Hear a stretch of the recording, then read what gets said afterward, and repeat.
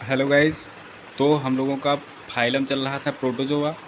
Protozoa के हम लोग जनरल कैरेक्टर देख चुके थे और उसका क्लासिफिकेशन जो जनरल वाला क्लासिफिकेशन था एनिमल किंगडम का वो भी देख चुके हैं दूसरी क्लास में। अब आज आपकी प्रोटोजोआ जो फाइलम चल रहे हैं आपके उसकी तीसरी क्लास है।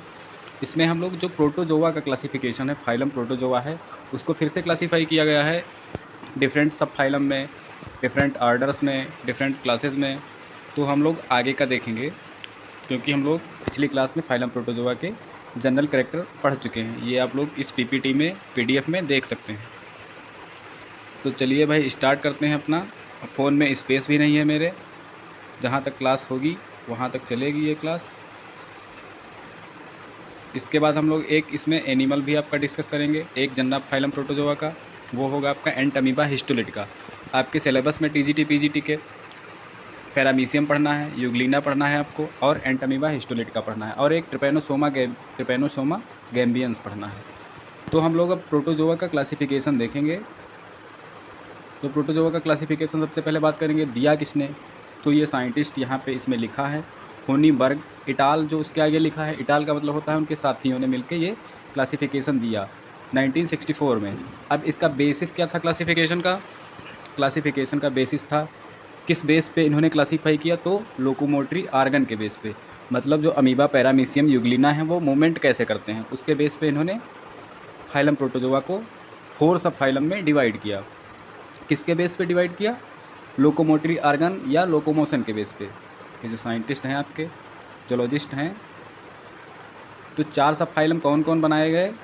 4 सब फाइलम आपके बने सार्कोमेस्टिकोफोरा, स्पोरोजोआ, नीडोस्पोरा और सीलियोफोरा। ये 4 सब फाइलम बनाए गए। सार्कोमेस्टिकोफोरा में आपके जिनमें स्यूडोपोडिया और फ्लेजिला लोकोमोटरी आर्गन होंगे, उनको रखा गया सार्कोमेस्टिकोफोरा में। और स्पोरोजोआ जो था इसमें लोकोमोटरी आर्गन नहीं थे, नो लोकोमोटरी आर्गन।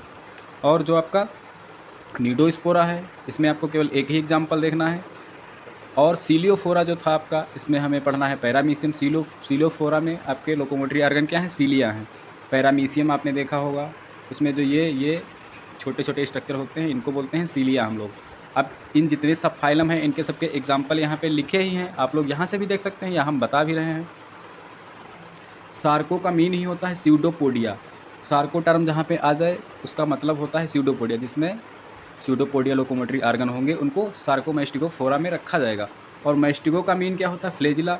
तो सार्कोमेस्टिकोफोरा जो आपका सब फाइलम है इनमें दोनों टाइप के होंगे, एनिमल्स जो होंगे इनमें जनरा जो होंगे दोनों टाइप के होंगे, कुछ में फ्लेजिला होगा कुछ में स्यूडोपोडिया होगा। अब जैसे आपका यूग्लिना है, जियार्डिया है, इनमें सब में फ्लेजिलम होता है। ट्राइकोनिम्फा है, ट्रिपेनोसोमा है, इसमें भी फ्लेजिला है। लीसमानिया और प्रोटीरोस्पांजिया, ये सब आपके किस में आएंगे? ये क्वेश्चन आता है सार्कोमेस्टिकोफोरा का एनिमल इनमें से कौन सा है, तो आपको ये याद रखने हैं सब। और इस सार्कोमेस्टिकोफोरा में आपका प्रोटीरोस्पांजिया भी आता है। फाइलम प्रोटोजोआ के बाद हम लोग फाइलम पोरीफेरा पढ़ेंगे। तो जो फाइलम प्रोटोजोआ और पोरीफेरा के बीच की कनेक्टिंग लिंक है वो आपका है प्रोटीरोस्पांजिया। ये दोनों के बीच की कनेक्टिंग लिंक है क्यों? क्योंकि इसमें प्रोटोजोआ के भी कैरेक्टर हैं और पोरीफेरा के भी कैरेक्टर हैं।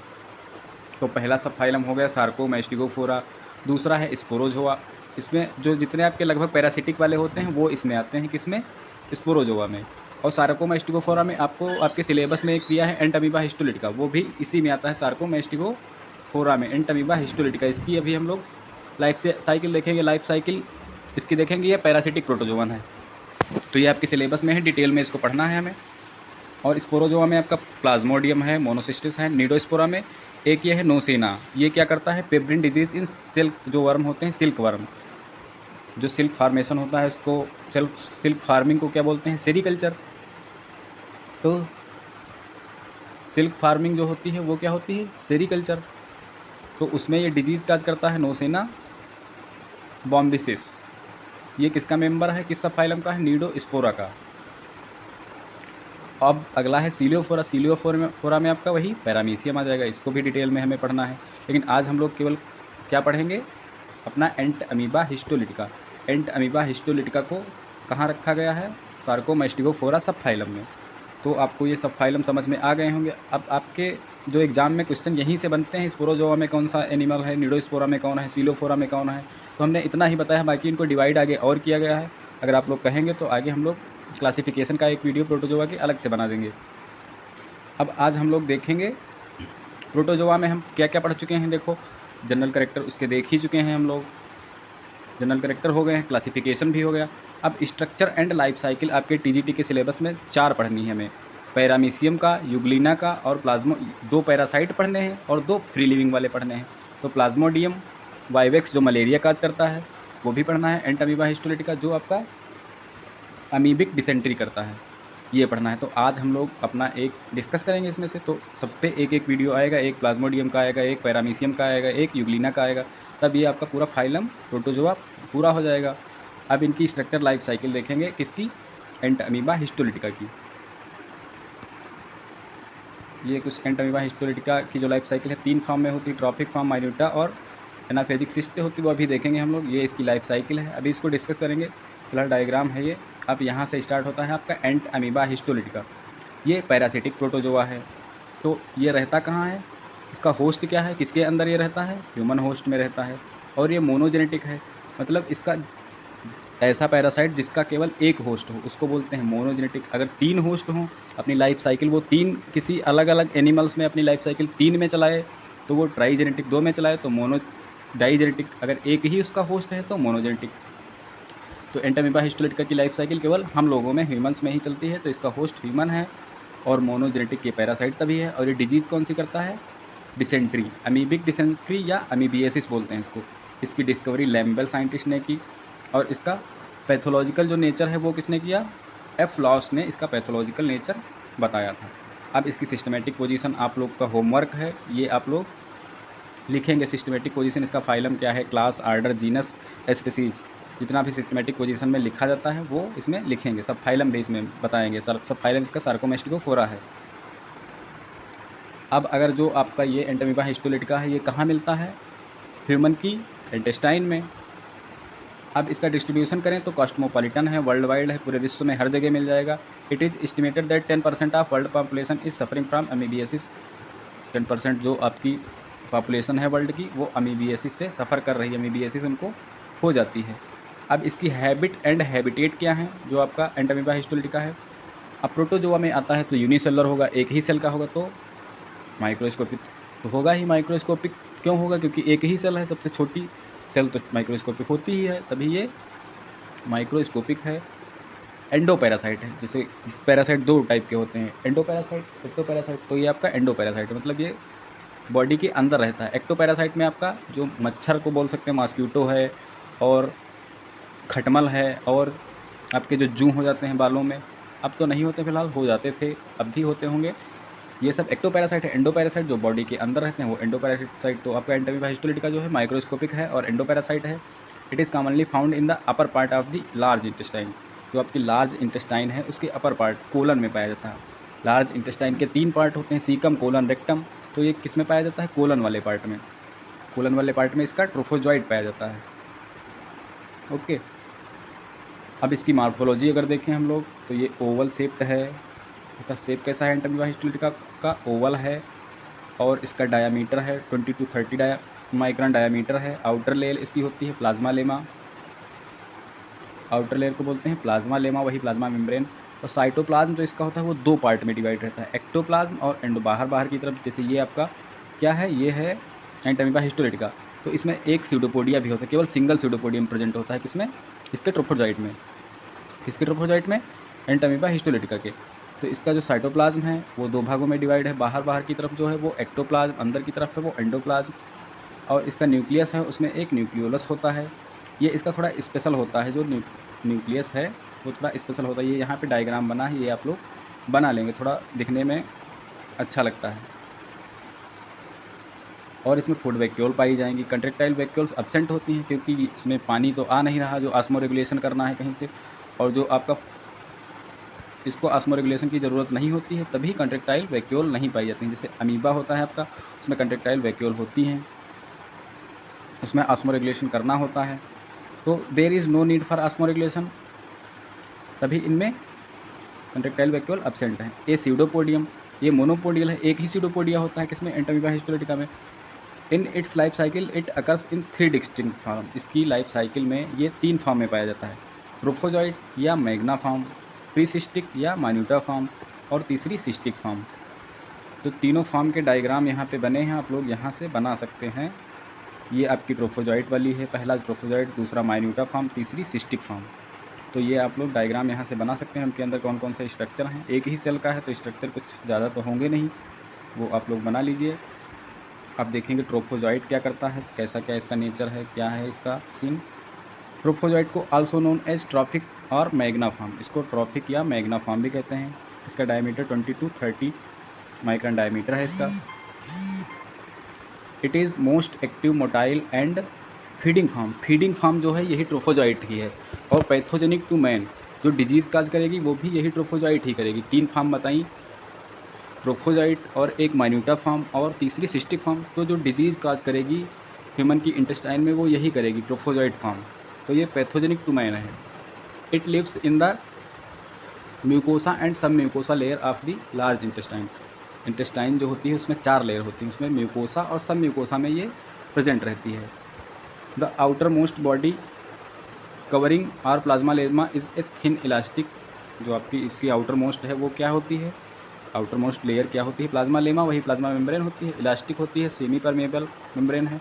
Cytoplasm differentiated into outer clear and non granular ectoplasm. तो इसका साइटोप्लाज्म है वो तो अभी बता ही चुके हैं, 2 पार्ट में डिवाइड रहता है, एक्टोप्लाज्म एंड एंडोप्लाज्म। और इसका जो न्यूक्लियस होता है एक बड़ा सा लार्ज न्यूक्लियस प्रेजेंट होता है विद न्यूक्लियोलस के साथ में। उसके अंदर ये न्यूक्लियस है, उसके अंदर ये न्यूक्लियोलस होता है, डार्क कलर का होता है, दिखता है जैसे डायग्राम में बना तो डार्क वाला जो होता है वो न्यूक्लियोलस होता है। अब इसमें न्यू कंट्रेक्टाइल वैक्यूल एब्सेंट होती है, किस्म क्योंकि इसमें ऑस्मो रेगुलेशन नहीं करना होता है। अब ऑस्मो रेगुलेशन करना क्यों नहीं होता है वो भी आपको बताया गया है यहाँ पे। The osmotic concentration of its fluid, जो इसके अंदर फ्लूइड भरा है उसका ऑस्मोटिक कंसनट्रेशन और बॉडी प्लॉट जो इसका साइटोप्लाज्म है, एक्टोप्लाज्म, एंडोप्लाज्म है, उसका concentration to that of the intestinal fluid, जो इसकी बॉडी में फ्लूइड भरा है और जो इंटेस्टाइनल फ्लूइड है वो इक्वल होता है, तभी इनमें फ्लूइड का इधर से उधर ट्रांसफ़र होता ही नहीं है, तो इसमें ऑस्मो रेगुलेशन करने की ज़रूरत ही नहीं पड़ती है, ऑस्मोसिस वहाँ पे होती ही नहीं है। Thus there is no need for osmoregulation. अब इसका जो स्यूडोपोडियम है, ओनली स्यूडोपोडियम एक ही होता है, मोनोपोडियल है, और इसमें केवल एक्टोप्लाज्म पाया जाता है। पूरी बॉडी जो है इसकी, किसकी बॉडी, क्या वही सेल जो है, पूरी सेल में 2 साइटोप्लाज्म के 2 पार्ट होंगे, एक्टोप्लाज्म और एंडोप्लाज्म। और इसका जो स्यूडोपोडियम वाला पार्ट है वहाँ केवल एक्टोप्लाज्म ही पाया जाता है। ये क्वेश्चन पूछा जाता है, तो ये आप लोग याद रखें। ट्रोफोजॉइट कैसी फॉर्म है, तो पैथोजेनिक फॉर्म है, यही डिजीज़ काज करती है, फीडिंग भी यही करती है, खाना भी यही खाती है, आँत से जो न्यूट्रिएंट्स लेती है वो यही फॉर्म लेती है। और इसमें एक ही स्यूडोपोडियम होता है और स्यूडोपोडियम में केवल एक्टोप्लाज्म होता है। ये सब इंपॉर्टेंट पॉइंट है, ये पूछे जाते हैं आपके। एंटीरियर लार्ज ब्रॉड ब्लंट, जो स्यूडोपोडियम होता है एंटीरियर साइड में होगा, लार्ज होगा, ब्रॉड होगा, ब्लंट। ब्लंट क्या होता है, अब देखो ये आपका ये पॉइंटेड होता है और ये ऐसे अगर आगे है, ये वाला ऐसे, ये ब्लंट होता है, ये इसको बोलते हैं पॉइंटेड। तो ब्लंट पॉइंटेड आप लोग समझ गए होंगे यहाँ पे। अब न्यूट्रिशन इसमें होलोजोइक होता है, नॉर्मल एनिमल्स के जैसा holozoic. It fits by phagocytosis. Phagocytosis, जब किसी सॉलिड चीज़ को किसी सेल में इंटर कराया जाए तो उसको फैगोसाइटोसिस बोलते हैं। अगर किसी फ्लूइड को इंटर कराया जाए तो वो उसको बोलते हैं पाइनोसाइटोसिस। तो इसमें फैगोसाइटोसिस होती है। फूड पार्टिकल्स आर इनगल्फ होते हैं, food particle at the posterior end where plasmalemma is more sticky. उस साइड में प्लाज्मा लेमा ज़्यादा स्टिकी होती है, उधर से उनको इनगल्फ किया जाता है। किसको, जो फैगोसोम होते हैं। फैगोसोम मतलब जिनकी फैगोसाइटोसिस हो, जिनको खाया जाए, जिसको ये खाता है। अब आपकी ट्रोफोजॉइट फॉर्म हो गई, वो इंपॉर्टेंट है, वो फीडिंग करने वाली फॉर्म है। अब प्री सिस्टिक फॉर्म, सिस्ट बनने से पहले वाली फॉर्म, या इसको बोलते हैं माइन्यूटा फॉर्म। ये स्मॉल है, स्फेरिकल है, नॉन मोटाइल है, मतलब इसमें स्यूडोपोडियम भी नहीं है, नॉन फीडिंग भी है, ये फीडिंग भी नहीं करेगी। 20 to 15 माइक्रोन इसका डायमीटर है। फूड वैक्यूल्स आर एब्सेंट, जब फीडिंग नहीं करेगी तो फूड वैक्यूल भी नहीं है। Lives in large intestine of man, is non pathogenic. Pathogenic कौन सी थी, ट्रोफोजॉइट थी, ये नॉन पैथोजेनिक है। But when resistance of host human body is low, human body की जो रेसिस्टेंस है वो कम हो जाती, लो हो जाती है, तो it change in the Magna form. जो माइन्यूटा फॉर्म है ये मैग्ना फॉर्म में चेंज हो जाएगी, मतलब ट्रोफोजॉइट बन जाएगी, तो ये नुकसान पहुंचाएगी। फिर ये इन्वेट्स द टिश्यू ऑफ इंटेस्टाइन। हम लोगों की जैसे इम्यून सिस्टम कमज़ोर हो गया तो रेजिस्टेंस वहाँ की कम हो गई इंटेस्टाइन की, तो ये जो आपकी माइन्यूटा फॉर्म है ये ट्रोफोजोइट में फिर से चेंज हो जाती है और ये वहाँ से न्यूट्रिशन लेने लगती है, मतलब वहाँ नुकसान पहुँचाने लगती है। वैसे ये नॉन पैथोजेनिक होती है। अब आ जाएंगे हम लोग सिस्टिक फॉर्म पे।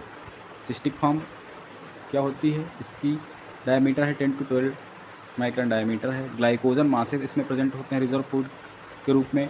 बार लाइक क्रोमेटिड बॉडीज़ होते हैं इसमें। Nucleus retains the character of trophozoite, trophozoite के करेक्टर न्यूक्लियस में होते हैं।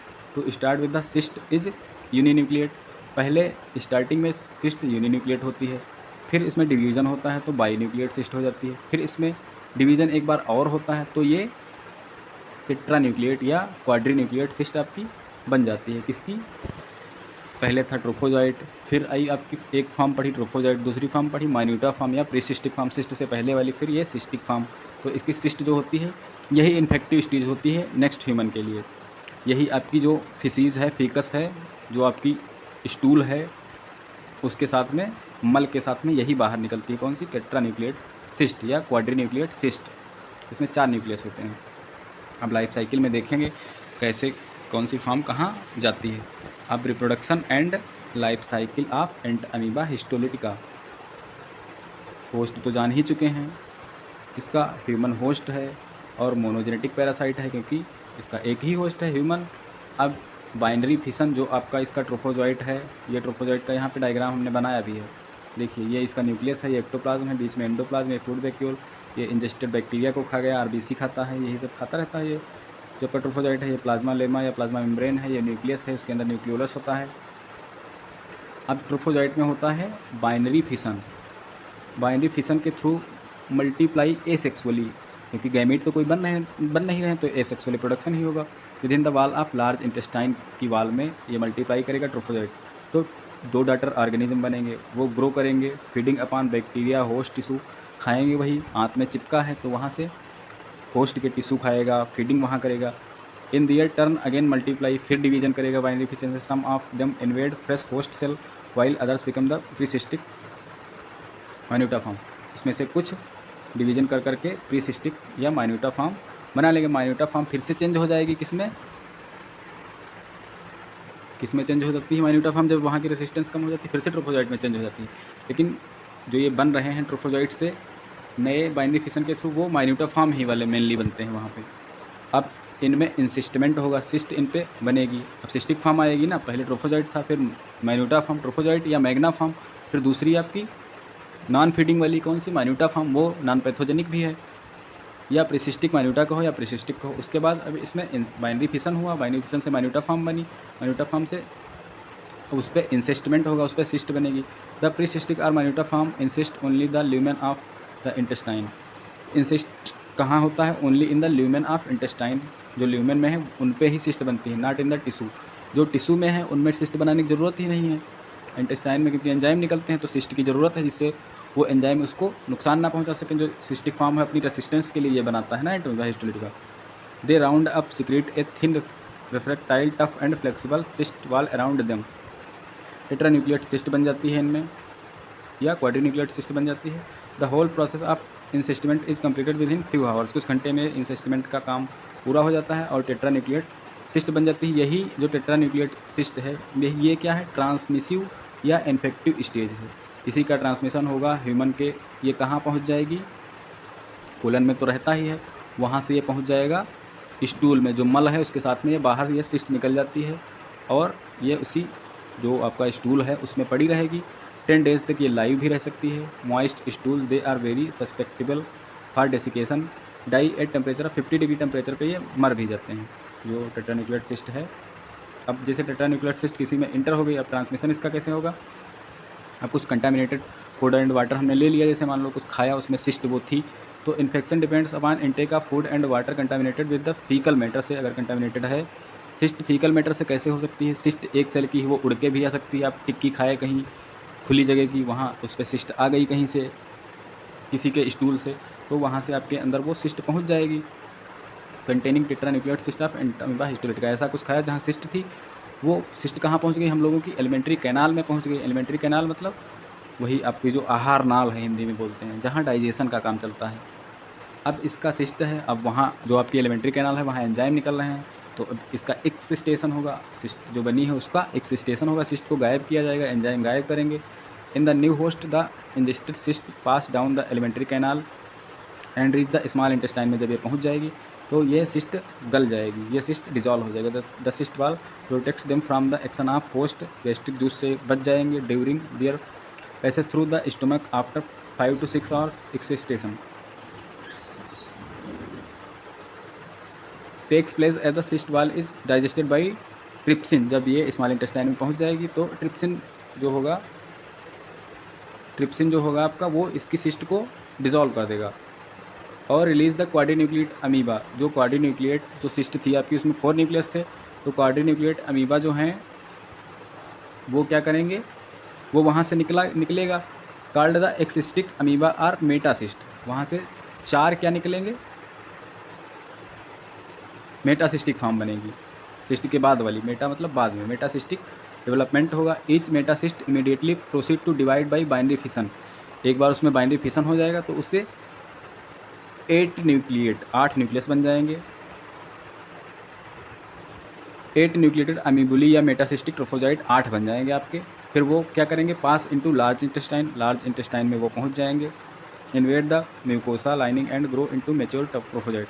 जो आपके मेटासिस्टिक फॉर्म बनेगी, ये सिस्ट के बाद वाले सिस्ट को गलाने के बाद एंजाइम गला देंगे। वहाँ क्वाड्रीन्यूक्लिएट थी, उसमें क्वाड्रीन्यूक्लिएट सिस्ट थी, उसमें क्या होगा, एक बार डिवीज़न हो जाएगा तो 8 आपकी मेटासिस्टिक फॉर्म बन जाएंगी। मेटासिस्टिक अमीबुली 8 जो बनेंगे आपके, वो इन्वेड मतलब घुस जाएंगे, आक्रमण करेंगे कहाँ, म्यूकोसा जो आपकी है लाइनिंग इंटेस्टाइन की। फिर वो ग्रो करके फीडिंग करके वहाँ ट्रोफोजाइट में चेंज हो जाएंगे और यही आपका जो टिश्यू है उनको खाते रहते हैं। तभी जो आपकी अमीबिक डिसेंट्री होती है उसमें आपके स्टूल के साथ में खून भी आने लगता है, वही आपकी जो पेचिस हो जाती है, डिसेंट्री हो जाती है, वो इसी की वजह से होती है। मेनली जो अमीबिक डिसेंट्री होती है वो इससे होती है, एंटामीबा हिस्टोलिटिका से। अब इसका एक फ्लो डायग्राम बना है, वो भी देख लीजिए। क्वाड्रीन्यूक्लिएट सिस्ट थी, वो इंटेस्टाइन में थी। अब वहाँ यहाँ पे लिखा है क्वाड्रीन्यूक्लिएट आपकी सिस्ट थी, वो कहाँ थी, कहाँ पहुँची, माउथ से पहुँच गई इंटेस्टाइन में उसकी सिस्ट गायब हुई तो उसको बोले एक्सिस्टेशन। ठीक, एक्सिस्टेशन के बाद क्या हुआ आपका, एक्सिस्टिक अमीबा बने, 8 बने अमीबुली। जो एक्सिस्टिक अमीबा कितने बनते हैं, 8। क्वाड्रीन्यूक्लिएट सिस्ट जो होती है वो डिवीजन करके 8 मेटासिस्टिक अमीबा बनाती है। फिर ये ग्रो करके ट्रोफोजाइट में चेंज हो जाते हैं, यही फीडिंग करता है वहाँ, और फिर इनमें बाइनरी फिशन होता है तो फिर प्रीसिस्टिक फॉर्म बनती है। फिर उसमें प्रीसिस्टिक वही माइन्यूटा फॉर्म बनती है, ये नॉन पैथोजेनिक होती है। फिर इसमें एक्सिस्टेशन होगा, फिर यहाँ एक्सिस्टेशन है, इंसिस्टेशन होगा, फिर इसमें सिस्ट बन जाएगी, फिर से क्वाड्रीन्यूक्लिएट आपकी सिस्ट बन जाएगी, वो फिर से वो किसी में अगले ह्यूमन में इन्फेक्शन करेगी। ओके, तो आपकी ये लाइफ साइकिल एंटामीबा हिस्टोलिटिका की पूरी होगी। अब अमीबिक डिसेंट्री के सिम्टम्स क्या हैं वो इसमें लिखे हैं। रप्चर करेगा कैपिलरी को, वहाँ जब खाएगा तो भाई नुकसान तो पहुँचाएगा, साइटोलिसिस करेगा, टिश्यूज़ को ख़राब करेगा, हिस्टोलिसिस मतलब टिश्यू को, साइटोलिसिस सेल्स को खा जाएगा, आरबीसी को खाएगा, ट्रोफोजाइट जो इसका है वो वही सब फीडिंग करता है ये, तो ये नुकसान पहुंचाएगा। इसी वजह से आपकी जो स्टूल है, फिसीज है, उसमें ब्लड भी आने लगता है। किसमें, अमीबिक डिसेंट्री में। मोड ऑफ ट्रांसमिशन इसका कैसे होता है, कंटामिनेटेड फूड एंड वाटर से। डायग्नोसिस इसकी करेंगे डॉक्टर लोग, पता लगेगा, ये सब इसमें लिखा है। प्रिवेंशन कंट्रोल में कंटामिनेटेड फूड एंड वाटर से बचें। और आपकी वही जो इसकी टैबलेट्स आती हैं जैसे नॉरफ्लॉक्स, TZ और मेट्रोजिल वगैरह, ये दी जाती हैं। अब ये डॉक्टर ही दे सकते हैं, ये हम लोग नहीं बता सकते हैं। वैसे वो अगर आपको ऐसे कोई लक्षण लग रहे हैं, आपकी जो स्टूल है उसमें ब्लड आ रहा है, तो आपको फ़िलहाल ये सही हो जाता है, इतना कोई ख़तरनाक नहीं है। अल्सर काज कर देगा ये आपका अमीबा है, वहाँ भाई जब खाएगा सब आपकी इंटेस्टाइन में है, वहाँ से टिश्यू को रप्चर करेगा तो वहाँ से ब्लड वगैरह भी आएगा, जिससे अल्सर काज हो जाएगा। तो आपकी ये लाइफ साइकिल आज पूरी हो गई है। इसमें कोई आपका अगर क्वेश्चन हो तो आप लोग पूछ सकते हैं। एक बार फिर से बता दे रहे हैं, ये देखो quadrinucleate cyst contaminated food and water में थी, कुछ खाया हमने, उसमें क्वाड्रीन्यूक्लिएट सिस्ट आपकी थी। अब वो इंटेस्टाइन में जाएगी, वहाँ उसकी सिस्ट गायब हो जाएगी, एक्सिस्टेशन हो जाएगा। फिर उससे 8 मेटासिस्टिक फॉर्म बनेंगी, वो 4 जो थे उसमें न्यूक्लियस, क्वाड्रीन्यूक्लिएट या टेट्रान्यूक्लिएट में 4 न्यूक्लियस थे, उनमें डिवीजन हो जाएगा। उनसे 8 क्या बन जाएंगे आपके, अमीबुली, मेटासिस्टिक अमीबुली। वो ग्रो करके ट्रोफोजाइट बना देंगे। ट्रोफोजाइट ही अभी पैथोजेनिक फॉर्म है ह्यूमन के लिए, और इन्फेक्टिव कौन है, अगर ह्यूमन की ट्रोफोजाइट ह्यूमन के लिए क्या है, पैथोजेनिक फॉर्म। और अगर पूछे ह्यूमन के लिए इन्फेक्टिव स्टेज क्या है, तो वही टेट्रान्यूक्लिएट सिस्ट है, क्योंकि वही तो एंटर करती है पहले। अब ट्रोफोजोइट खाएगा पिएगा, फिर ये बाइंडिफिकेशन करेगा, फिर प्रीसिस्टिक फॉर्म वही माइन्यूटा फॉर्म बनेगी, फिर इसके ऊपर सिस्ट बनेगी, फिर से वही क्वाड्रीन्यूक्लिएट सिस्ट बन जाएगी, ये फिर से अगले ह्यूमन में पहुंच जाएगी। तो ऐसे ही आप इसकी लाइफ साइकिल चलती रहेगी। Okay, thank you. आपको क्लास कैसी लगी? तो आपको अच्छी ही लगी होगी।